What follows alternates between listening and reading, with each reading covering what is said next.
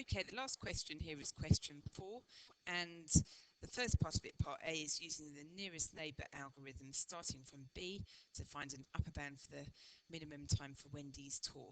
Now, if we draw it out as we go along, we're starting at B and we expect to come back to B at the end. So I usually just draw a rough sketch showing, in our case, 7 vertices. Now, B is your start vertex. Okay, so we're going to come back to B at the end.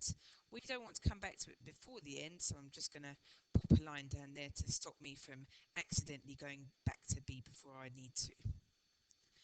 B's nearest neighbour, looking down the B row, is G, okay, because that's the shortest distance from B. So I'll just label that up here, okay, it's a distance of 18, and that means that G is the next one that we come to. Now, we don't want to revisit G, so we're going to pop a line down there to stop us doing that. And we'll just label it vertex number 2. And we'll find G's nearest neighbour. And the shortest distance from G is this 12, which connects it to H. So I'll just pop 12 on there and a little H there. Okay, and again, like before, cross through H. We don't want to come back to it until the end. That's vertex number 3. So I'll just label that up with a 3. And we'll find H's nearest neighbour now. So looking down these distances, the shortest here is 43. So I'll just pop a circle around there, add it to the diagram here. So 43, that connects H together with K. Okay, get rid of the rest of the K column. K is vertex number 4.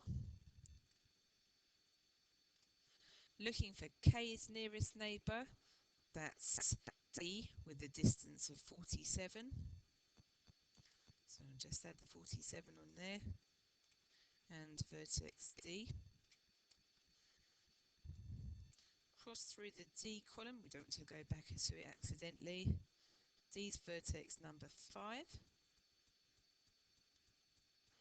D's nearest neighbour is I at a distance of 43. So I'll just add the 43 onto here. Label that up with I. Cross through I. Okay, that's place number 6 now. I's nearest neighbour is S at a distance of 23. Cross through S.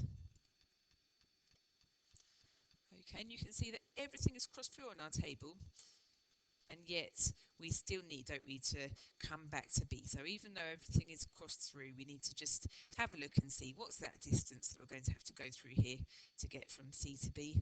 Well, even though it's crossed out, we can see it's 52. So we just add that onto the diagram here.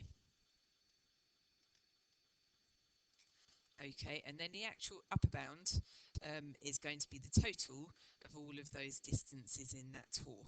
And this is just the results that they gave us when we got the examiner's report. So the total there, if we add all of those together, is 238